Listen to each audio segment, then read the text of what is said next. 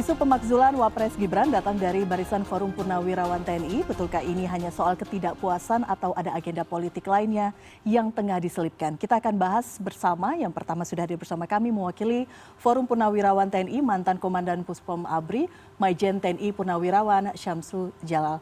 Selamat malam, apa kabar? Terima kasih sudah hadir bersama kami, Pak. Kemudian juga sudah hadir Direktur Eksekutif Trias Politika Agung Baskoro. Mas Agung, terima kasih waktunya sudah hadir bersama kami. Kita berbicara mengenai apa yang terjadi dan ramai begitu Pak Syamsu dalam beberapa pekan ini. Pertanyaan publik begitu ya, mengapa kemudian ada muncul tuntutan pemakzulan Wapres Gibran? Ini sebenarnya kan itu waktu itu Pak Jokowi bagus tuh. Oh ini kan biasa aja, apresiasi gitu. Inspirasi. Ya biasa aja kan, pendapat itu kan. Karena Purnawirawan itu apa lagi sih? Apa yang dipikirkan lagi kan?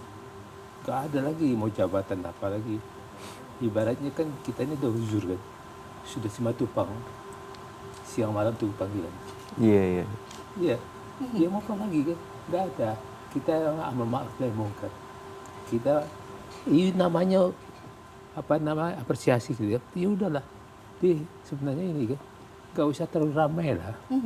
Seharusnya para Prabowo itu kita dukung Pak Prabowo kok. Ya udahlah. Yang penting itu duduk aja lah. Gak usah ramai-ramai. Misalnya kalau Pak Prabowo bagus tuh dipanggil di sini, kan udah duduk lah. Beri penjelasan juga gak apa-apa kan. Tapi ini sudah bertemu dengan Presiden belum? Belum. Pak Tri kemarin diundang kan. Duduk bersebelahan. Iya makanya sebenarnya kalau diundang juga Gibran itu selesai juga persoalan, nggak ada apa-apa ya. Itu. Kenapa baru sekarang begitu? Jika kemudian ada keresahan dari para purnawirawan Pak Syamsu? Nggak resah. Itu kan pendapat. Itu saya apresiasi Pak Jokowi bagus tuh. Itu nggak apa-apa, biasa aja itu. Hanya kita aja ramai kayak menyebut aja gitu. Nah, ini kan saya bilang waspada kita, PKI gaya baru, ngadu domba gitu. Apalagi lu bilang kampungan. Loh, apa yang kampungan sih? Nggak ada kampungan kok. Udah biasa itu kan. Bisa saya bilang ajak ya, undanglah Pak Tri itu kan Pak Prabowo hormat kan. Karena kita nama-nama kan ya nama prajurit kan.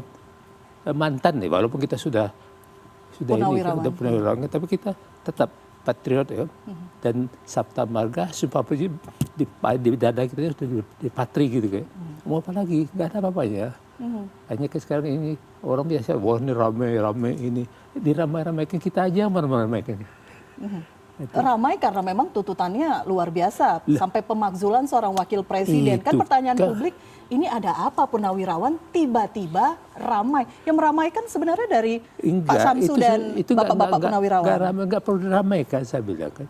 Itu biasa aja kan, saya bilang apresiasi kan. Ya itu kan ada prosedurnya, ada konstitusi kan. Jelaskan aja, nggak ada apa-apanya gitu. Hanya kita ramai-ramaikan aja, kita aja ramai bilang Prabowo, siapa Luhut kampungan. Yang kampungan si Luhut itu yang kampungan. Gitu. Saya kan tamatan 65 Mbak. Di entrepreneur, Luhut, si Agung, Wiranto itu junior saya kan Mbak. Awalnya Pak, kita ingin tahu, ini kan ramai kemudian karena ada 8 poin, poin ke-8 yang kemudian itu sangat ramai dibicarakan. Tapi kalau kita melihat secara keseluruhan, memang seakan-akan ini ingin menunjukkan bahwa hentikan program Pak Jokowi yang mungkin masih dilanjutkan oleh Presiden Prabowo, misalnya terkait IKN. Kemudian juga ada reshuffle menteri yang terlibat korupsi dan terkait juga dengan Pak Jokowi begitu. Ini ujung-ujungnya sebenarnya Pak Jokowinya atau memang kinerja Pak Gibrannya? Enggak. Saya bukan membahas itu, Mbak. Ya kalau dibahas semuanya nanti berkembangnya lain lagi kan. Kita nggak usah susun dah. Kita nggak usah berprasangka lah gitu kan. Karena kita nggak bagus berprasangka itu. Makanya kita duduk aja bersama-sama gitu ya, Pak. Ya kalau terus terang aja hubungi Profesor Mahfud hadirnya di sini. Ya pakar-pakar hukum gitu kan. Yang lebih mengerti itu kan. Baik. Seperti siapa lagi pakar hukum lagi? Tadi Profesor Juanda kan. Satu siapa Refri ya. Refli Harun. Itu. Baik. Kita Jadi sebenarnya enak. mengundang Pak Mahfud, tapi tidak bisa hadir bersama kita. Kita sedang menunggu pakar hukum tata negara, Bang Refli Harun. Nanti akan berbincang bersama Nah, kita itu dia juga. bagus ya. Pak Samsul. Kemarin kan saya duduk juga sama dia tuh. Oke, baik. Saya sekarang ke Anda, Mas Agung. Iya. Mas Agung, ini kalau tadi disampaikan ini kenapa sih ramai-ramai di luar, padahal dari Purnawirawan sendiri nggak ramai-ramai begitu. Iya, iya. Perlu nggak ini diramaikan karena tuntutannya luar biasa, pemakzulan wakil Betul, presiden. betul. Satu hal yang menarik saya kira poin-poin sampai 8 itu kan luar biasa ya Mbak. Karena memang punya efek politik yang menyetrum semua ya Republik ini karena ujungnya akhirnya dibahas pemakzulan Mas Gibran. Tapi dengar pendapat Pak Samsul tadi, saya merasa ini tonnya mulai landai nih, lebih diredam, lebih tenang seperti itu. Berbeda dengan beberapa waktu yang lalu. Tapi yang jelas saya melihat beberapa pihak yang menyuarakan 8 poin tuntutan itu saya identifikasi ada dalam sederhananya 3 kategori. Pertama, mereka yang kritis dengan pemerintahan apakah sebelumnya maupun yang sekarang. Yang kedua, memang ada ekses dari pemerintahan Pak Jokowi 2 periode. Yang ketiga, residu Pilpres 2024 yang jauh dari kata selesai karena ada problem etik di sana. Sehingga kulminasinya, klimaksnya mengemuka dalam 8 poin tuntutan itu.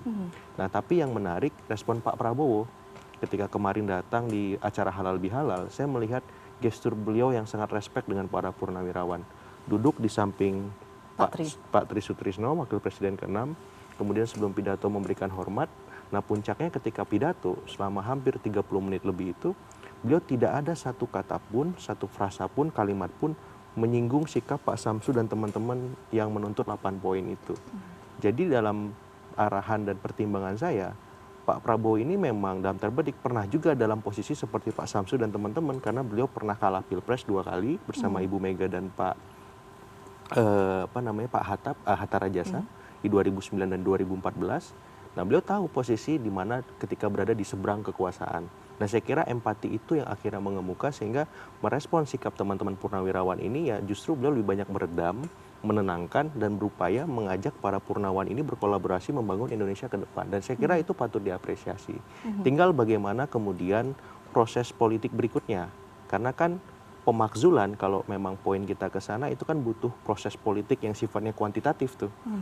Padahal ada ekosistem politik di parlemen di mana 81% itu parlemen dikondisikan oleh Kinples. Oke, sebelum kita ke sana, Ya. karena ini memang perjalanannya akan sangat panjang begitu ya masuk ke MPR. Saya tertarik tadi Mas Agung mengatakan ada residu Pilpres 2024. Ya.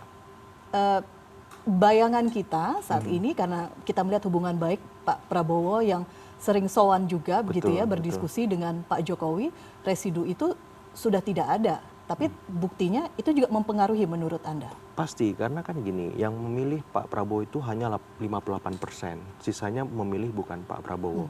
Di Mas Anies ada 24, di Mas Ganjar ada 16. Totally 40%-an seperti itu. Jadi jumlah yang besar. Kalau 40% ini nggak punya kanal di parlemen, yang hari ini dalam tanda petik diwakili PDIP yang setengah hati beroposisi, otomatis 40% ini akan mencari sosok-sosok, kelompok-kelompok, ataupun ormas ataupun partai lain yang memang bisa mengidentifikasi sebagai pihak yang berada di seberang kekuasaan.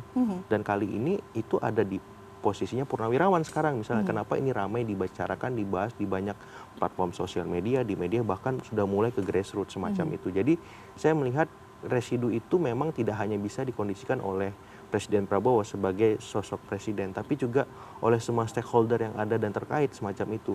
Apakah nanti purnawirawan, apakah nanti masyarakat sipil, apakah nanti partai politik, yang jelas tugas ini tugas bersama. Pun dengan tuntutan ini sebenarnya saya istilahnya nggak ada masalah. Dalam demokrasi yang seperti kita anut dan kita percaya, kebisingan ini dibutuhkan supaya kekuasaan kita dalam koridor dan jelas terkawal, jangan sampai jalan sendiri, asik sendiri, tanpa ada yang mengingatkan. Tapi pesan saya kepada para purnawirawan, bapak-bapak yang terhormat, yang saya muliakan, tetap dalam koridor-koridor konstitusional, itu aja. Oke, baik. Ini menjadi pertanyaan publik, apakah betul ini hanya aspirasi, posisi check and balance itu berjalan dengan pergerakan seperti ini, atau memang ada kepentingan politik tertentu? Kita akan bahas usai jeda, tetap bersama kami di Prime Plus.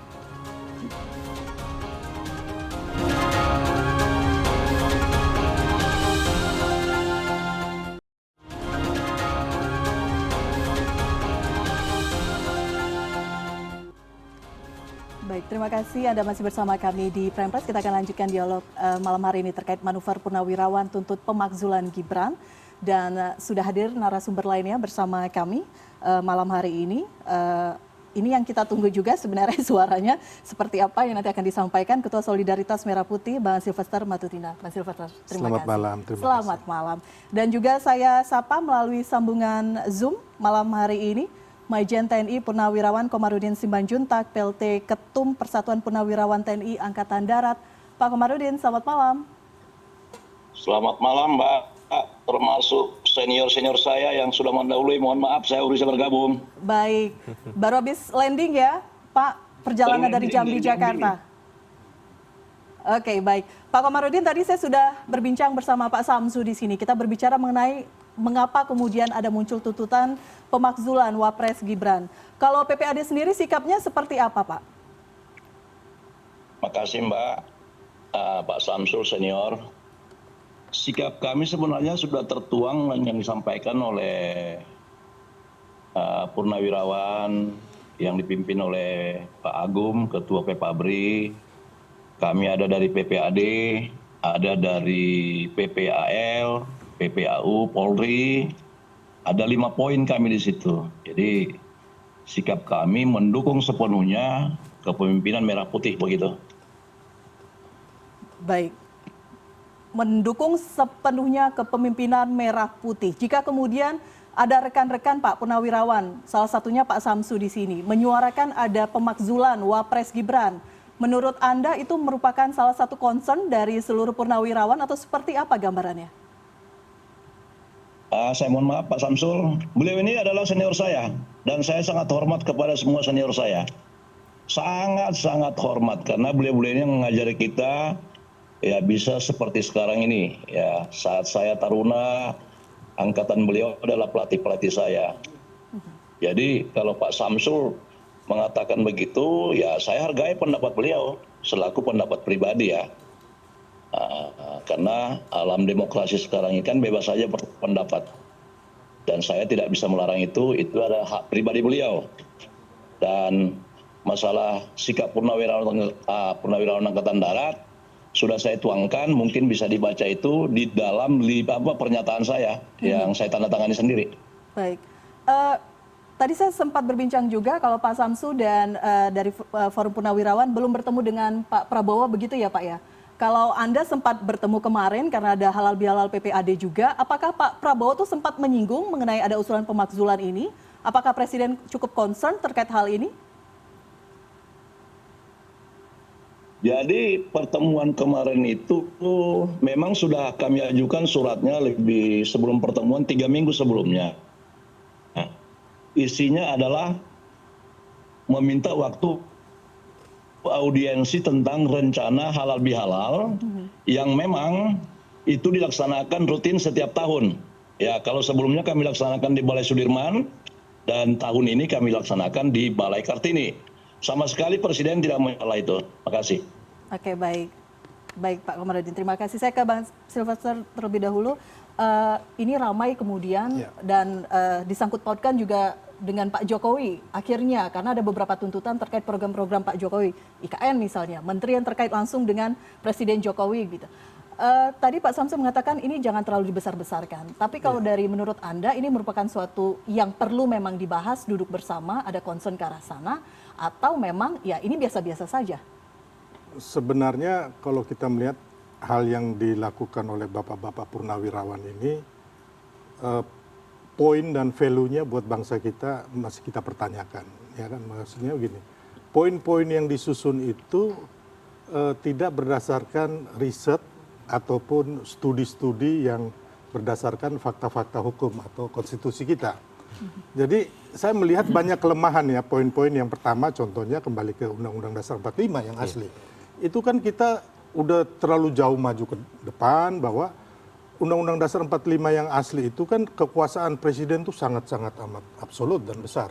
Terus yang kedua, banyak pembagian antara lembaga tinggi negara antara legislatif, eksekutif, yudikatif ini kayak amburadul gitulah intinya itu.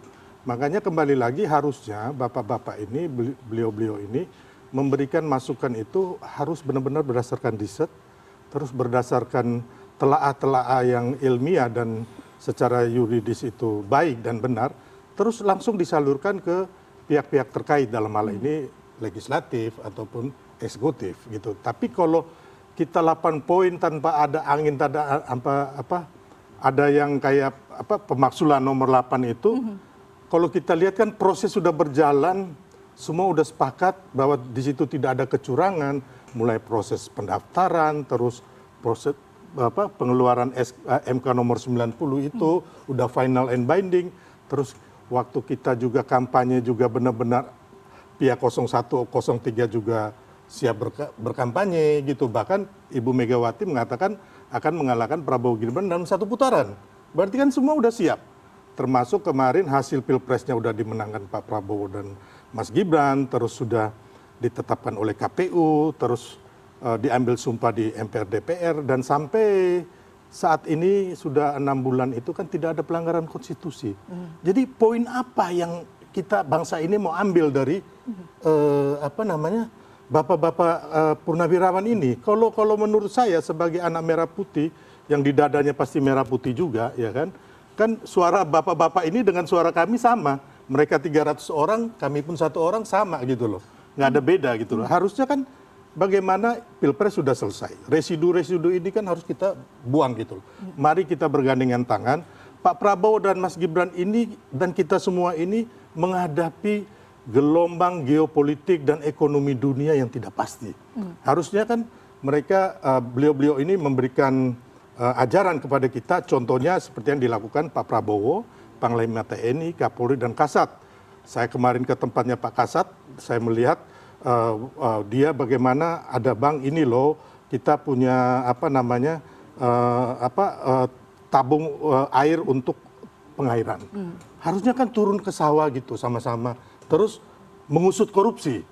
Ya kan, terus undang-undang perampasan aset. Ini yang penting loh, dan uang kartal. Bukan yang ini, yang Undang-Undang Dasar 45 yang udah final, kita harus kembali ke zaman yang lalu lagi. Artinya terus, keresahan yang saat ini dialami oleh Forum masalah Purnawirawan IKN, TNI, menurut ya Anda saat kan ini tidak kan perlu begitu? Tidak perlu, dan akhirnya membuat kegaduhan, dan kita berantem anak-anak bangsa. Harus kan beliau-beliau ini tuh memberikan rasa adem, sejuk, merangkul seperti yang dilakukan Pak Prabowo, merangkul semua pihak, merangkul Pak Jokowi, merangkul Pak Prabowo, kemarin Ibu Mega, terus kemarin contohnya ya PKS dan PKB yang nggak berdarah-darah, yang bahkan kemarin menyerang Pak Prabowo dan Mas Gibran, dirangkul loh. Terus teman-teman yang kemarin berjuang juga, teman-teman Gerindra, terus mungkin relawan atau partai lain yang nggak dapat kedudukan pun mereka baik-baik saja gitu, nggak mempermasalahkan. Jadi saya berharap bahwa kita sih nggak membuka ruang untuk kritik, ya kan? Tapi kritiknya yang membangun gitu loh, bukan yang akhirnya kita seperti zaman dulu ada tritura, ya kan? Akhirnya ada pelengseran Pak Karno, gitu loh. Ini pun sama ini, maksud saya, come on, ya kan? Bapak-bapak ini, ya tolonglah yang bijaksana. Kan bagaimana besok kalau terjadi huru hara, ya kan? Otomatis kan kalau pelengseran Mas Gibran pasti ada huru hara di situ. Baik, kita akan Gitu kita akan bahas selesai jeda. Kami jeda dulu, Prime Press akan kembali sesaat lagi.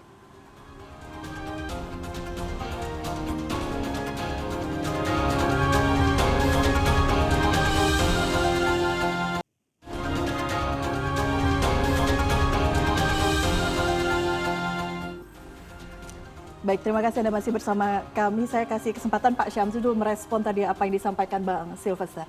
Ini betul-betul apa kata Bang Sylvester, betul. Nggak ada permasalahan, tapi kan ini permasalahan gitu aja. Ya, kemarin itu kalau waktu halal bihalal itu, udah undang itu Mas Gibran, duduk sampai Pak Tri, selesai persoalan kan. Nggak ada apa-apanya kan tuh. Selesai persoalan artinya Maksudnya tuntutan bahwa, dari Purnawirawan tidak perlu dilanjutkan lagi. Iya, udah jelas kan. Itu Mas Prabowo ini sama Pak Tri, sama yang lain juga. Datangkan Mas Gibran kan. Nah ini bagaimana? Kan selesai juga. Oh iya, nggak ada apa-apanya kan tuh. Ini Prabowo dengan Gibran kan cocok aja, akur aja kan. Selesai itu artinya memang ini hanya penyampaian aspirasi, tidak betul, perlu itu lanjut. Ya, aspirasi Hanya aja. penyampaian aspirasi Itu saja. Pak Jokowi Pak Jokowi ini ngomong kan ini kan hanya penyampaian aspirasi. Wah, kita hebat Pak Jokowi kan. Pak Jokowi mengerti ini kan persoalan gitu. Jadi tidak perlu memang sampai pada titik pemakzulan. Iya, Artinya ini kan kita- setelah pertemuan kemarin, Forum Purnawirawan TNI ini masih akan lanjut begitu ke berbagai daerah mengumpulkan suara, dukungan, atau sudah selesai? Masalah tuntutan 8 ini sudah selesai? Nggak ada mau dukungan apa, kita kan itu apresiasi itu kan. Itu adik saya tuh Komarudin tuh PK untuk perkumpulan penerangan Angkatan Darat, PPAD itu kan, tanya aja sama beliau gitu. Ya itu berbeda pendapat itu kan bisa aja kan. Yang namanya kita ya masing-masing orang itu kan macam-macam aja kan. Nah itu, yang penting itu aja. Ya kita kan moto kita tuh amal ma'ruf nahi mungkar aja kan. Oke, baik. Saya ke Pak Komarudin. Masih bersama kami? Iya, masih Oke, saya. baik. Singkat saja sebelum saya tutup untuk Anda. Di sini Pak Samsu mengatakan hal yang biasa-biasa saja, tapi apakah menurut Anda memang adanya tuntutan ini membuat kegaduhan luar biasa, membuat Forum Purnawirawan TNI ini kemudian terpecah, dan apa yang akan dilakukan selanjutnya? Makasih ya. Pak Samsul, terima kasih. Sebenarnya kan sudah dijawab Pak Samsul itu ya.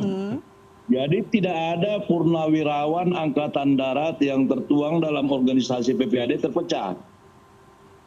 Dari halal bihalal kemarin sebenarnya masyarakat sudah bisa menjawab. Ya, seluruh jenderal dan utara yang kumpul Panglima TNI dan seterusnya, Presiden dan Pak Tri Sutrisno duduk bersama, itu udah bisa terjawab bahwa kami tetap solid. Jadi apa yang sudah berjalan saat ini, ayo kita dukung sepenuhnya, dan kemarin sudah kami sampaikan. Sudah kami sampaikan seluruh purnawirawan TNI, Polri, mendukung sepenuhnya pemimpin yang sekarang. Itu, jadi Pak Samsul tadi sudah menyampaikan seperti itu. Terima kasih. Oke, baik. Pak Komarudin, terima kasih Pak sudah bergabung bersama kami. Tampaknya ada kegiatan lainnya. Selamat malam. Malam. Baik, saya ke Mas Agung. Ini menarik ya, karena kalau misalnya dari Pak Samsu, kita harapkan suara Pak Samsu ini bisa mewakili Forum Purnawirawan lain yang kemudian bersuara menyampaikan ada 8 tuntutan itu. Betul. Tapi sehingga ada kegaduhan itu tidak bisa kita abaikan begitu saja, begitu. Tapi ada dibantah juga tidak betul terbelah begitu ya Purnawirawan. Endingnya akan seperti apa, Mas Agung? Iya, saya kebayang dari 8 poin itu, kata Pak Wiranto kan akan dikaji, dipelajari. Ya minimal adalah yang di follow up. Kan ada yang bagus tuh. Saya poin 1 juga nggak sepakat misalkan soal kembali ke amandemen. Karena ini setback terlalu jauh sistem dan konstruksi kita bernegara. Tapi misalkan poin yang misalnya ada poin menghentikan proyek PSN. PIK 2, Rempang maupun yang sejenis yang bermasalah. Saya sepakat dikaji itu, diberesin. Atau poin misalkan merenegosiasi ulang soal TKA asing misalkan, tenaga kerja asing. Itu juga bagus. Maksud saya poin-poin 8 itu tidak semuanya dalam tanda petik mengundang huru hara, hingar-bingar dan seterusnya. Tapi ada poin-poin bagus yang itu bisa menjadi pelipur lara untuk para purnawirawan. Kenapa menggunakan term pelipur lara? Iya, karena nggak semua tuntutan kalau kita di politik kan pasti ada win-win solution ya. Ada titik tengahnya, ada konsensusnya. Supaya apa? Supaya semuanya happy. Nggak bisa semuanya kalah, satu menang kan nggak bisa. Pasti ada yang happy, ada yang nggak. Tapi minimal ini titik tengahnya, ini konsensusnya. Oke, dari 8 ini kita akomodir deh 4 poin. Gimana? Tapi bapak-bapak purnawirawan ini diajak duduk bareng. Seperti tadi disampaikan, kita ngobrol dari hati ke hati supaya ini nemu nih titik tengahnya, titik temunya. Sehingga hal lain yang kontroversial kita endapkan lagi, kita kaji dulu. Kita lihat situasinya sekarang ini, pemerintahan baru berjalan 6 bulan. Kalau terlalu banyak urusan-urusan internal kita yang harus diurus, saya khawatir tantangan eksternal tadi tidak bisa terjawab, terselesaikan dengan maksimal. Nah itu satu. Yang kedua, saya melihat tone-nya memang sudah turun landai gitu. Tapi ini kan di sisi Pak Samsu nih, tapi ada teman-temannya Pak Samsu yang lain yang masih bergelora. Yang nanda tangani tuntutan itu. Yang hari ini nggak ada di sini. Ya ini aja, mungkin dugaan saya bisa saja salah, tapi ya namanya pernah menjadi prajurit, pimpinan prajurit, mestilah ada arahan-arahan lain gitu. Yang itu perlu kita kawal bersama supaya tetap produktif, supaya tetap konstitusional, dan ujung-ujungnya ya manfaatnya untuk kita semua. Karena demokrasi kita memang perlu diawasi, perlu dijaga, perlu dikawal supaya pemerintahan ini lebih baik seperti itu. Sehingga kalau ditanya setelah poin-poin itu apa yang berikutnya kita akan lakukan melihat ini, ya saya kira ini harus dilihat secara kritis dan tidak menutup kemungkinan ini kan berkelindan dengan situasi politik yang lain. Dalam tanda petik keluarga Solo lagi. Misalkan hari ini Pak Jokowi menghadapi kasus ijazah. Misalkan Mas Gibran dalam tanda petik ditanya soal performanya. Jadi poros politik Indonesia hari ini itu ada di Solo, Hambalang, dan Tokumar. Bersin aja jadi sesuatu.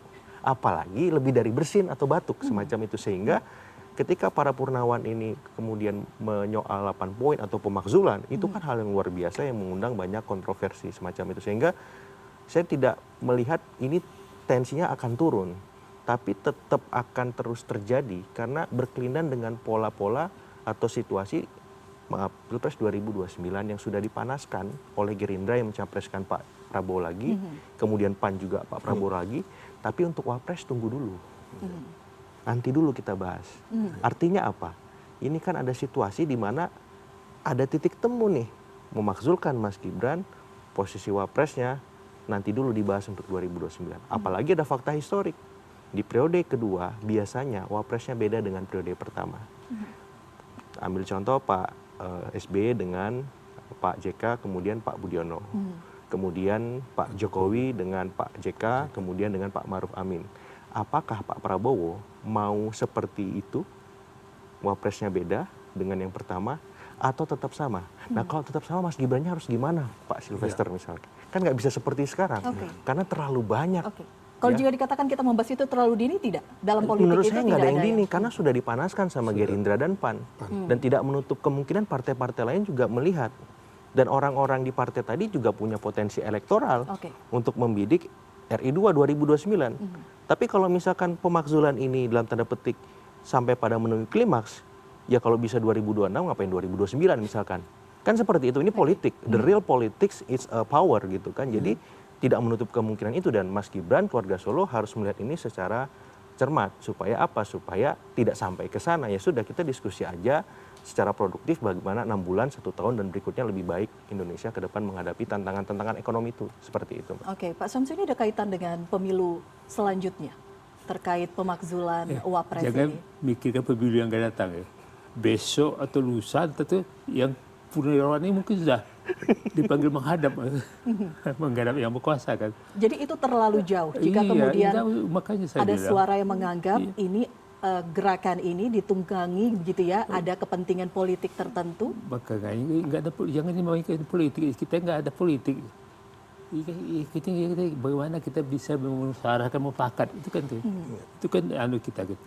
Jadi itulah saya bilang seperti apa tadi bilang, ya udahlah.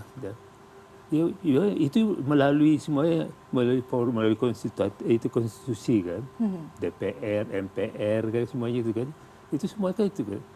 Mungkin Purnawirawan ini lupa itu kan, panggil saya bilang, undang, beritahu itu kan tuh.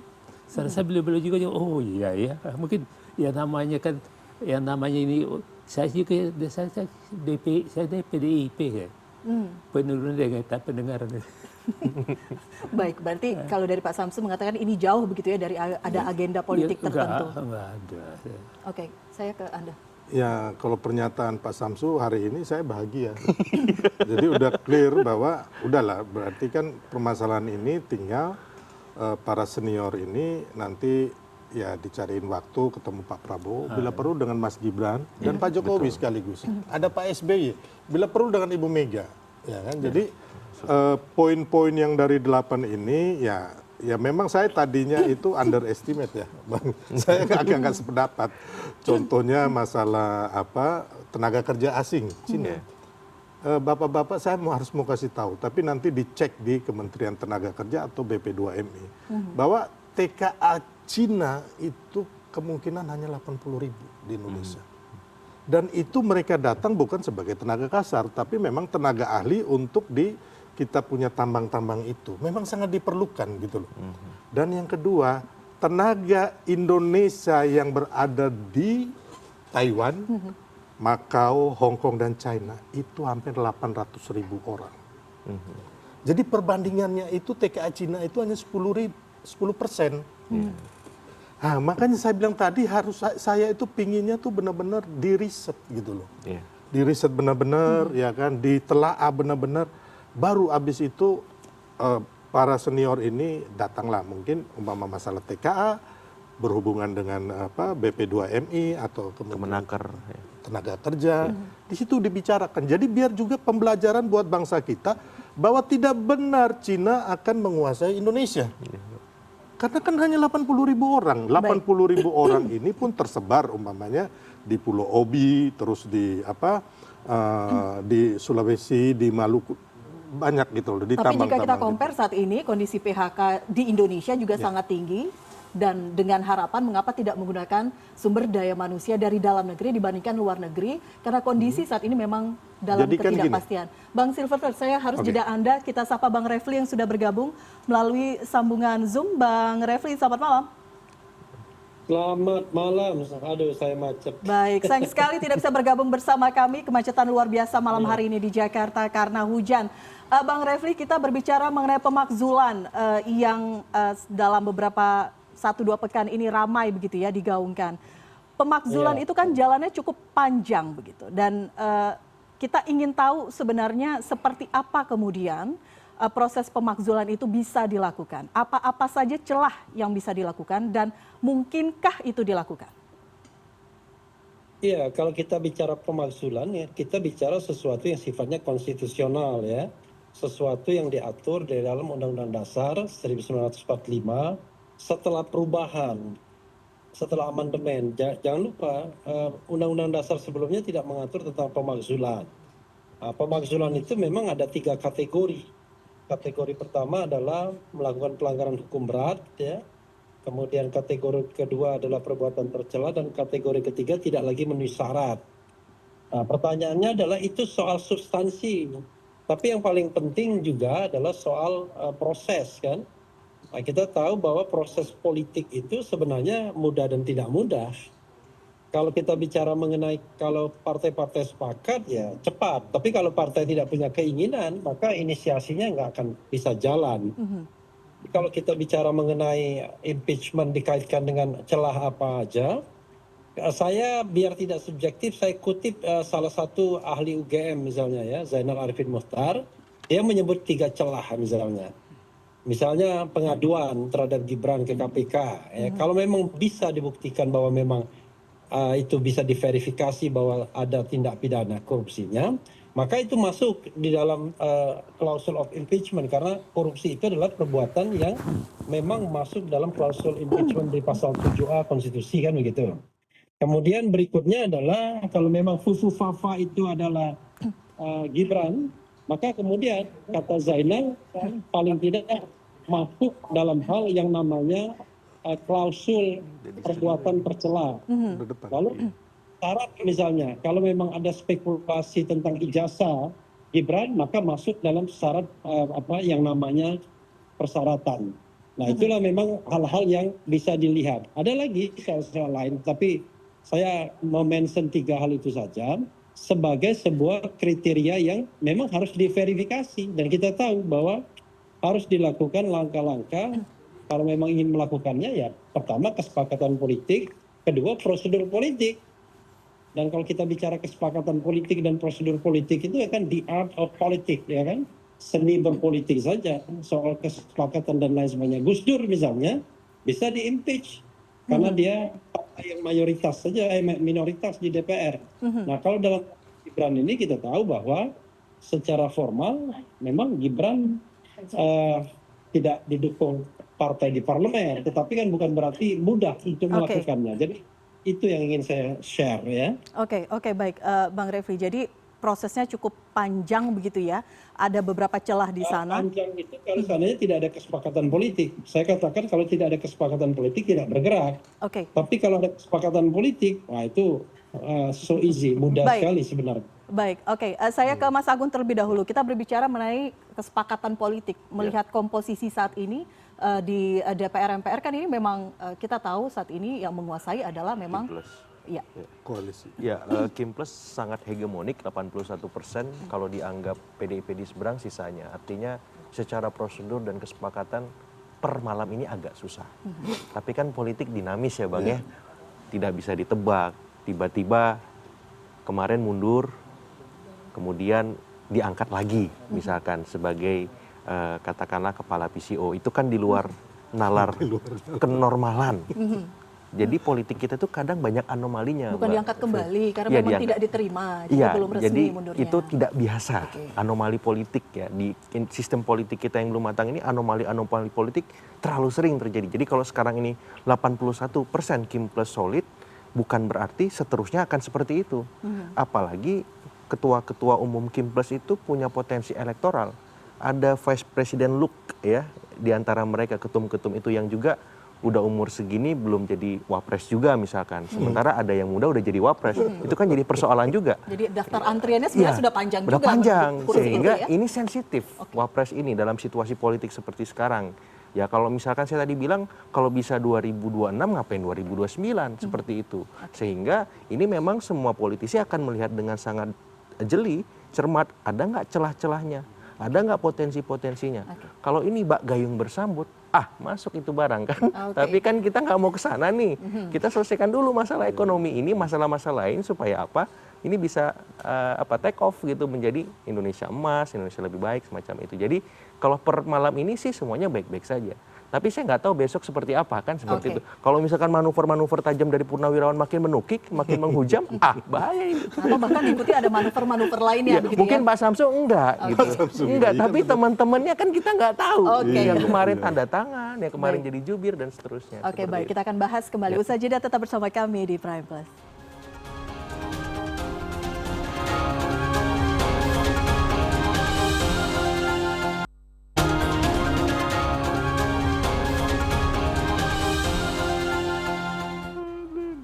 Baik, pakar hukum tata negara Bang Refli Harun sudah bersama kami. Terima kasih Bang sudah ada di studio CNN.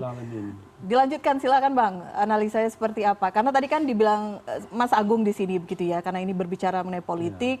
Kalau misalnya memang ada celah-celah, daftar antrian untuk ngisi posisi wapres katanya cukup panjang begitu. Tapi apakah memang arah ke sana? Jadi gini, kalau kita bicara impeachment itu ya, kita bicara berbagai aspek.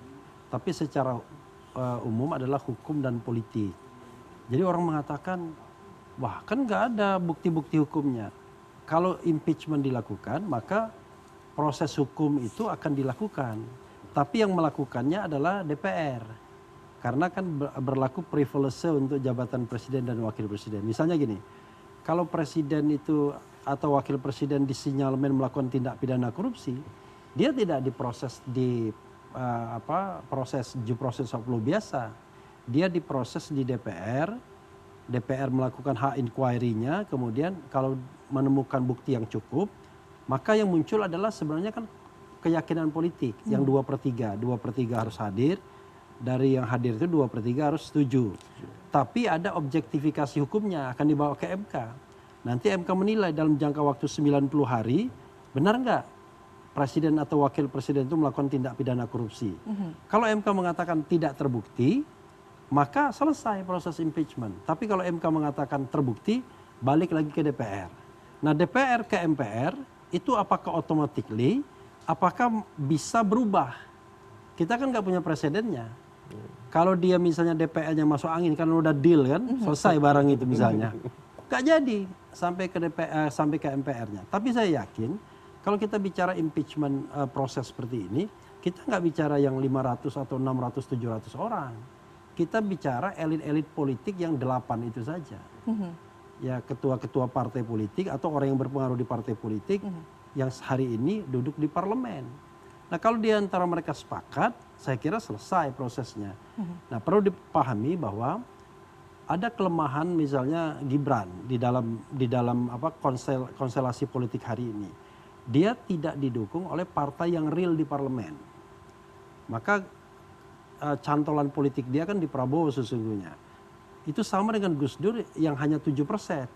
Jadi ketika semua partai berbelok tidak mendukung Gus Dur, dan kemudian dia ada rivalitas politik dengan Mega misalnya ketika pemilihan presiden, maka mudah sekali Gus Dur di impeach. Padahal impeachment terhadap Gus Dur itu alasannya tidak nyambung dengan tudingan semula. Kan tudingan semula kan dia penyimpangan dana Bulog dan kemudian bantuan Sultan Brunei. Tapi pada proses berapa bulan itu, ujungnya itu bukan mengenai itu. Ujungnya adalah karena Gus Dur melakukan sesuatu yang dianggap inkonstitusional, yaitu mengganti Kapolri tanpa persetujuan DPR, dan yang kedua adalah terakhir membubarkan DPR. Jadi eskalasinya cepat sekali. Maksud saya gini, dalam hukum tata negara itu kadang-kadang ada hukum tata negara daruratnya. Kalau kita bicara tentang hukum tata negara normal, kita bicara tentang konstitusi. Tapi kalau kita bicara hukum tata negara darurat, kita bicara ekstra konstitusional. Jadi kalau misalnya ada eskalasi politik, jangankan wakil presiden, presidennya pun bisa jatuh. Kalau kita bicara mengenai sebuah kejadian politik yang luar biasa. Makanya ini tapi kan sepaket begitu ya, pada saat pemilihan kan Prabowo Gibran itu sepaket. Itu yang membedakan antara pemilihan sama impeachment. Kalau pemilihannya sepaket memang, tetapi kalau penjatuhannya ya masing-masing, kesalahan masing-masing individual. Jadi kalau presidennya yang salah ya presiden saja. Kalau wakil presidennya yang salah ya wakil presiden saja. Oke, Bang Silvester ada komentar? Ya, jadi kalau secara konstitusional, ya kan, untuk mengimpeachment baik Mas Gibran dan Pak Prabowo ini apa gitu loh? Apa kita nggak punya fakta-fakta hukum atas pelanggaran konstitusi itu dari awal kan? Yang dipersoalkan dari awal masalah putusan MK 90 kan, bahwa padahal itu kan udah final and binding, terus ya intinya prosedur mulai dari pendaftaran terus sampai pemilihan, penetapan KPU, penetapan pengambilan sumpah jabatan di MPR udah clear sampai saat ini nggak ada gitu loh yang harus di impeachment gitu loh. Tapi kan kalau saya melihatnya bahwa ada desain ya kan yang mau dibikin ini bukan hanya menyasar ke Mas Gibran, pastinya ke Pak Prabowo gitu loh. Satu.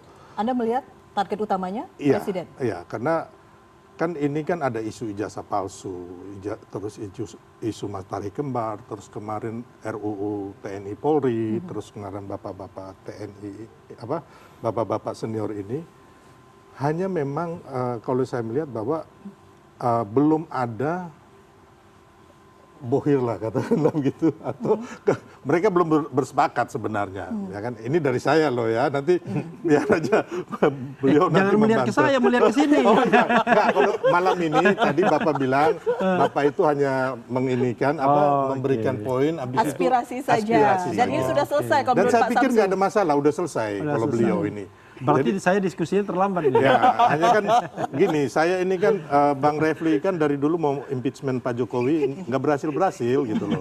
Makanya saya mau lihat sekarang nih, kalau bisa berhasil mau impeachment Pak Prabowo atau Mas Gibran, saya boleh gitu loh. Ini tantangan yang menurut saya, makanya kemarin kan teman-teman bilang ya sebenarnya kan ini ke pribadi ya, orang akhirnya pikir. Saya bilang ada beberapa, kalau Pak Samsul sih oke kan malam ini. Tapi kan yang kemarin-kemarin itu bukan kita anti kritik ya. Tapi teman-teman ini kan kebanyakan senior-senior ini kan bukan dari pendukung Pak Prabowo dan Mas Gibran.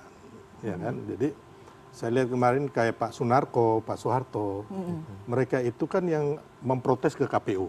Setelah Pilpres 14 Februari, quick count dinyatakan Prabowo Gibran menang. Nah, tanggal 19 Maret 2024 itu Pak Sunarko dan Pak Soeharto ini memimpin rombongan untuk demonstrasi di KPU, menyatakan bahwa terjadi kecurangan. Ya, jadi residu 2000. Iya, jadi saya hanya melihat kemarin. Perjalanan ini ya, bukan kita juga mau menyerang pribadi bapak-bapak ini, tidak. Tapi saya tahu ya kan dari 2014 beberapa senior ini sama saya bareng-bareng mendukung Pak Jokowi. Ya kan mereka ke Solo, ya kan lobi kiri lobi kanan, terus pulang ke Jakarta makan sama saya, sama istrinya, sama anaknya. Ini maksudnya sekarang menggagas nih barisan sakit hati era Pak Jokowi? Ya bisa kayak begitu. Kalau saya gambarkan bahwa saya mengenal beliau-beliau ini cukup dekat ya mereka. Kayak Pak Sutioso aja waktu jadi kepala BIN itu, boleh tanya beliau, saya yang arrange waktu beliau ke DPR, terus bertemu dengan teman-teman aktivis dan relawan, dan juga ke rumah beliau di daerah Cibubur untuk buka bersama supaya beliau diterima gitu loh sebagai kepala BIN ya waktu itu, calon kepala BIN, biar nggak ada gejolak-gejolak. Makanya saya tahu persis gitu. Bapak-bapak jenderal ini ada yang mantan Kasat lah, mantan menteri ini, saya tahu persis beliau-beliau ini, dan dulu kami sama-sama gitu loh. Baik. Sayang sekali waktu kita sudah habis, tapi singkat saja ingin closing statement dari masing-masing pembicara. Kita berharap bahwa apapun ini, usulan dari para purnawirawan ini menjadi salah satu bagian dari proses pembelajaran demokrasi di tanah air. Ini menjadi penting. Dari Bang Refli dulu, Bang Refli. Bukan termasuk barisan sakit hati Pak Jokowi kan? Itu keliru tuh. Saya kemarin sudah bilang itu pertanyaan bodoh itu. Oke, baik. Jadi gini, yang ingin saya katakan adalah kalau kita bicara tentang 8 tuntutan itu, ya kita harus melihatnya komprehensif. Pemakzulan Gibran itu hanya salah satu tuntutan dari 8 itu. Tapi menurut saya banyak sekali poin-poin yang penting ya. Sebagai contoh misalnya yang namanya tata kelola pertambangan itu luar biasa. Kalau kita misalnya ya menggunakan pasal 33, bumi, air, dan kekayaan alam yang terkandung di dalamnya dikuasai negara dan digunakan sebesar-besarnya untuk kemakmuran rakyat, itu luar biasa. Negara ini tidak akan menjadi negara yang kaya tapi miskin. Jadi kaya tapi miskin itu adalah negara ini penuh dengan sumber daya alam tapi penduduknya miskin. Coba lihat, terakhir Bank Dunia ya, Bank Dunia atau apa? WHO. Mengatakan 129 juta orang miskin di Indonesia. Nanti kita bisa cek lagi. Beda sekali dengan klaim misalnya BPS yang mengatakan cuma 26 juta. Nanti kita cek datanya persis. Tapi jauh sekali. Nah itu kan PR kita yang luar biasa. Nah salah satunya adalah dimulai dari tata kelola pertambangan. Kalau pertambangan ini tidak dimiliki oleh perorangan dan swasta. Dan kemudian justru dimanfaatkan oleh asing misalnya. Maka kan sesungguhnya berguna bagi kesejahteraan rakyat Indonesia. Nah itu baru satu item soal tambang. Soal lainnya, saya tahu kegalauan beliau ini misalnya mengenai pemilihan presiden langsung. Saya sudah mengatakan ya, kalau Anda tidak punya yang namanya financial resources, state apparatus, kemudian juga state facilities, Anda nggak akan bisa menang dalam pemilu. Udahlah, kita udah paham semua kan. Pemilu itu penuh dengan kecurangan dan yang lain sebagainya. Nah karena itu, ke depan saya justru mengajak kita ini mau memperbaiki Indonesia nggak secara serius, ya kan? Secara serius itu adalah kita harus benar-benar serius memikirkan negeri ini, kekayaan alamnya seperti apa, jangan dirampok orang. Kemudian kalau kita bicara pemerintahannya itu, beliau mengatakan menteri-menteri yang korup misalnya harus dipecat. Oh saya sangat setuju. Bagaimana kemudian inner circle pemerintahan itu orang-orang yang bersih. Jadi bagi saya misalnya, biarkanlah saya tetap beroposisi, ya kan? Untuk kemudian memperingatkan pemerintahan ini, dan saya kan sudah bilang saya nggak tertarik dengan jabatan apapun sampai 2029, tetapi negara ini tetap harus menjadi concern kita bersama. Oke, saya tangkap maksud Anda. Terima kasih. Saya beralih karena waktu kita singkat sekali. Sebagai penutup, Pak Samsu silakan. Kembali lagi ya, saya ini kan mantan komandan polisi militer. Jadi tugasnya pokoknya apa? Penegakan hukum, disiplin, dan tata tertib. Nah, jadi kalau melanggar hukum itu ya untuk ABRI-nya ya, iya kita tegakkan. Sekarang kan bilang orang hukum ini apa? Tajam ke bawah, tumpul ke atas. Saya walau alam lah itu kan. Saya kan itu salah satu soal juga. Dan kita sepakat itu. Iya itu. Makanya saya bicara itu penegak hukum, disiplin, tata tertib. Nah, makanya saya melihat sih disiplin ABRI, TNI ya, ya udah. Sekarang kemana-mana. Dulu itu waktu saya itu ya nggak ada, kemana-mana tuh tentunya Pak, kalau naik motor pakai helm. Saya dulu jalan patroli, helm kamu. Saya pernah tuh nabrak anggota saya itu nggak pakai helm, saya tabrak. Saya tegur dia, berhenti, lari lagi, tabrak. Artinya itu menjadi concern penegakan hukum. Itu penegak hukum, disiplin. Oke, baik, terima kasih. Mas Zulfatar. Ya, saya sepakat. Makanya saya senang malam ini tadi Pak Samsu bilang beliau hanya mengeluarkan aspirasi, termasuk masalah penegakan hukum itu harus jadi concern kita Pak. Termasuk pemberantasan korupsi, terus kita dorong agar undang-undang perampasan aset itu cepat-cepat disetujui Pak. Dan juga bagaimana caranya para senior ini, ayo sama-sama kita seperti Pak Prabowo, Panglima TNI, Pak Kasat turun ke sawah, bikin air, pengairan ini ya kan, supaya sama-sama kita itu berdaulat di bidang pangan, energi, sama air lah, intinya itu. Jadi intinya hanya jangan sampai saya juga menyesalkan bahwa kemarin kenapa harusnya dibicarakan dulu baru di-declare. Tapi kalau di-declare begini kan sekarang paling nggak kita lihat kan ada kegaduhan. Ekses. Ada keributan sesama kita anak-anak bangsa. Saya juga nggak maulah kita bangsa ini tercabik-cabik, ya kan. Kalau teman-teman yang mau mengatakan mau memaksulkan siapapun, ya suka-suka mereka. Hanya jangan sampai nggak kejadian akhirnya stres sendiri, ya kan, jantungan sendiri, ya kan, gila sendiri gitu loh. Ya itu dari saya. Maksudnya Purnawirawan yang Oh gila. bukan. Jadi kawan-kawan yang kemarin-kemarin dari dulu kan Purnawirawan ini kan baru nih, baru. Yang kemarin-kemarin. Baru kenal saya juga ya. Ya baru. Jadi intinya bahwa yang lalu-lalu itu kan dari Pak Jokowi mau di impeachment sampai Pak Jokowi jadi warga biasa, terus mau dipenjarakan juga nggak bisa-bisa, kasihan gitu loh. Pak Jokowinya sih happy-happy ya, hubungan sama Pak Prabowo tuh tetap soulmate, nggak bisa dipisah gitu loh. Baik. Terima kasih. Ya, saya kira ini kan ujungnya di Mas Gibran. Nggak ada salahnya setelah ini Mas Gibran menyapa para purnawirawan itu. Karena Pak Prabowo juga sudah menunjukkan politik jemput bola. Politik jemput bola itu menyambangi Tuku Umar, Cikeas, bahkan Solo. Nggak ada salahnya Mas Gibran mengajak Pak Samsul ngobrol, Pak Ditanya Al-Roji, Pak Samsul mau nggak diajak ngobrol sama Gibran? Iya, karena Maunya sama Pak Prabowo kayaknya. Kalau beliau ini saya rasa mau nih, saya rasa ya. Purnawirawan itu mau nggak? Kecuali dikomporin Bang Refli, jadi nggak mau gitu loh. Silaturahmi itu panjang umur kan. Siapa aja silaturahmi lah. Usulan Mas Agung ini oke ya Pak Samsul? Ya, jadi Mas Gibran bisa memulai silaturahim ke seluruh purnawirawan, siapapun yang mau nggak masalah, yang nggak mau nanti dulu. Tapi minimal ada komunikasi supaya tahu Mas Gibran dan bisa lebih objektif melihat Mas Gibran. Misalkan soal kinerja, apa masukan dari Pak Samsul supaya Mas Gibran kerjanya lebih maksimal. Tapi kalau soal konstitusional, mungkin Pak Samsul nggak bisa bicara banyak hal di situ. Bang Refli mungkin, ya sambangilah Bang Refli misalkan, Mas Gibran. Enggak lah, nggak usah saya sambangin. Artinya apa? Mas Gibran harus menyambangi semua orang-orang yang selama Saya ini tidak mau ketemu bersuara dengan sumbang siapapun. tentang dirinya. Supaya apa? Konstruksi kita positif dan Karena produktif menghindari seperti fitnah itu. kan. Oke, baik. Kita melihat masa depan Indonesia masih panjang, masih perlu kerjasama membangun demokrasi. Jadi bila perlu senior ini diajak ke Solo untuk kulineran dan melihat capaian Mas Gibran di Solo. Nanti Bang gitu. Sylvester yang ajak ke Solo. Ya, siap. Oke, Bang Sylvester, terima kasih Mas Agung. Pak Sylvester, terima kasih. Kalau kita Bang Refli. underqualified, jadi kalau underqualified nggak bisa, makanya susah. Baik, Bang Refli, terima kasih penjelasan tentang pemakzulan tadi. Underqualified. Oke, singkat saja waktu kita sudah habis. Pondok pesantren Nur Huda. Iya, Oke. Iya. Baik, terima kasih Bapak-Bapak sudah berbincang bersama kami. Kritik pada kekuasaan adalah bagian dari demokrasi, namun kritik yang konstruktif lahir dari nurani bukan ambisi. Kita pun harus berhati-hati karena yang dipertaruhkan bukan cuma posisi, tapi masa depan negeri. Saya Elvira Karenisa pamit undur diri. Selamat malam, kita jumpa pekan depan di Prime Plus. Itu nggak benar semua itu.